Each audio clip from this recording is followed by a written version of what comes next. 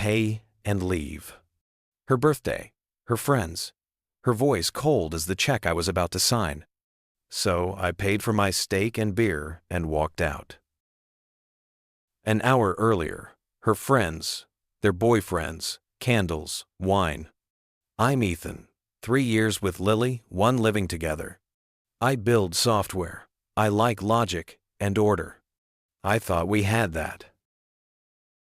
They joked about my car, my job, fine. Until they mocked my parents. Your parents still in that tiny Midwestern town? That's adorable. My dad worked 40 years in a factory. My mom taught special ed. They're not adorable, they're steel. I'm not okay. They crossed a line. If you don't like their jokes, pay and leave. Silence. 6 faces waiting. I didn't fold. Thanks for the option. I paid my bill, tipped big, left. Their laughter died with the check. Phone buzzed. I turned it off and drove home quiet. You humiliated me. We had to pool money to pay.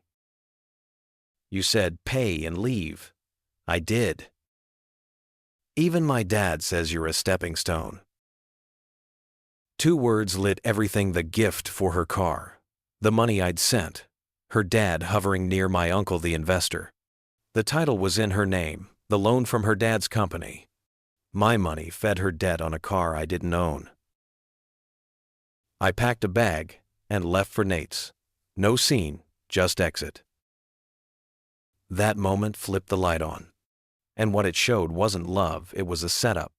2 signatures, 1 name, not mine. That's what I saw when I opened the folder in our office. Vehicle title owner, Lily. Under it, a loan from her father's company.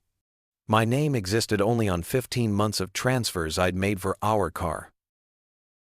I spread the pages like evidence. Dates lined up too neatly. The week she got the loan, she asked, "Can you cover payments for a while?" I heard we. The papers said she. The door opened. She stopped cold, staring at her own handwriting. What are you doing? You're overreacting. It's just paperwork. Paperwork doesn't lie. I zipped the folder into my bag and started packing a duffel: shirts, laptop, toothbrush. Trust doesn't weigh much when it's gone. So you're just leaving? I texted Nate. You home? Reply came fast. Doors open. At the door, she tried one last line. My dad helped me. He helped us. Us wasn't in the folder. I drove through quiet streets, no music, just the tick of the turn signal in a car I didn't own and didn't know. Nate opened his door, saw my face, and just said, "Couch is yours. Talk when you want." I left the folder on his table and called a lawyer before sleep. Voicemail only. But the words came out steady. I think I've been misled about ownership and payments. That night, I stopped being her safety net. Next morning, I'd start being a problem. I didn't bring flowers the next morning. I brought proof. A folder full of signatures that told a different story. The lawyer's office was small legal pads, cold coffee, steady eyes. I laid out the folder: title, loan, payments. He didn't flinch, just underlined a few words and said, "The lease is shared. The car isn't. This fits fraudulent misrepresentation." Fraudulent misrepresentation. Lawyer talk, for they played me, and now they pay me. "We'll send a demand letter," he said. 15,000, 10 days. Or we go to court. I signed the paperwork. Steps, deadlines, control. It felt good to have structure again. Hours later, her father called, voice thick with fake calm. "Ethan, come home, apologize, and I'll forgive Lily's car loan." He offered to erase a debt I never owed. I let the silence do the math. Then the landlord emailed 2 noise complaints from a night I wasn't there. They wanted to rattle me. I forwarded it all to my lawyer. He replied within minutes. "Perfect. They're panicking. We'll stay patient." That's when it hit me they were playing dirty, and I was finally speaking their language. Cold, written, undeniable. The letter went out that night. 10 days to repay $15,000 and clear my name off the lease. Their turn to sweat. Day 2, silence. Not peace, just pressure. By day 3, the calls started again. First Lily, then her father. I didn't answer. Their messages bled guilt and manipulation. "Ethan, don't ruin everything over a misunderstanding." A misunderstanding worth 15 grand. Then came a text. "Meet us at the apartment. Let's fix this like family." Family. Sure. My lawyer's message was short. Go. Bring copies, not originals. Stay calm. Document everything. When I arrived, they were waiting on the couch like judges. Her father spoke first, voice rehearsed, tone smug. "Be a man, Ethan. Take responsibility. You embarrassed my daughter." I laid my copies on the coffee table title, loan, bank statements, demand letter. Each page louder than his words. "You'll write a check for $15,000 and handle the lease," I said, "or this goes to court." He smirked. "You're bluffing." "I don't bluff. I document." The room went still. Even Lily looked away. I didn't shout. I didn't beg. I just waited for the crack to show. He thought I was still the quiet guy who'd pay and stay. He was about to meet the version who learned to walk. Her father leaned back, smug again. He still thought he had control. I said it quietly. "You remember when I introduced you to my uncle, the investor?"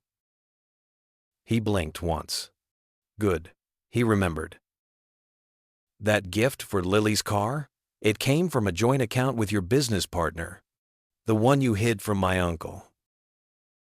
The color drained from his face. He knew what that meant. If my uncle found out, the deal he'd been chasing would die overnight. "I'd hate for my uncle to think you're hiding something," I said. "He values transparency." The room froze. Even Lily looked like the air had vanished. He reached for his checkbook. 15,000. Right there on the table. He muttered something about a misunderstanding. I didn't correct him. Even she didn't try to speak. "Did you ever love me?" I almost felt sorry for her, almost. I looked at her, really looked. "I loved the person I thought you were." I folded the check, slipped it into my pocket, and left. The night air was cold, clean, honest. I didn't win. I just stopped losing, and that was enough. A week later, the check cleared. My name was off the lease. For the first time in months, I could breathe. Lily never called again.